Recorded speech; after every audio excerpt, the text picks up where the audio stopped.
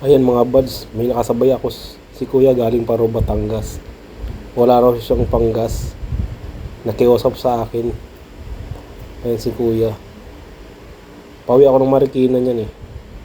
Nakita kami doon sa stoplight kanina. Nagpapagas daw siya, wala siyang paggas. Kaya binigyan ko siya ng panggas. Si kuya, kawawa naman. Galing pang Batangas.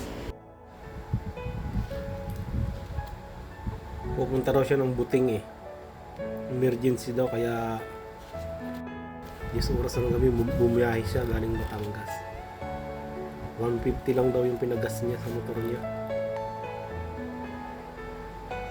May susundin daw siya sa Buting. Ay hindi niya alam yung Buting, kaya tinuro ko na din yung Buting sa kanya.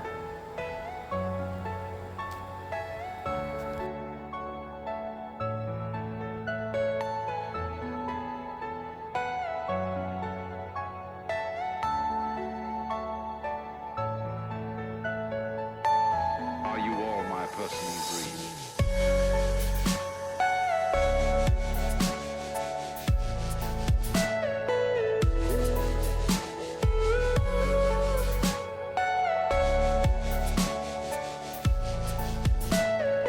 Everything you know is in your mind.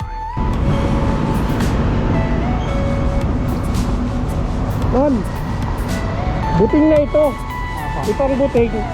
May ano dyan, pwede ka nang kumanan. Kakanan po. Oo, kakanan ka. Buting na to. Hanapin mo kung saan dito. Tawagan mo Dito kung naman ano. po. Ha? Nandito naman po yung address. Ah, sige. Maraming salamat po. Halika. Ah, sige. Ano pa ka na muli? Anthony Ponce po. Anthony, oh. Sige, sige. Sige, pag-ingat ka ha.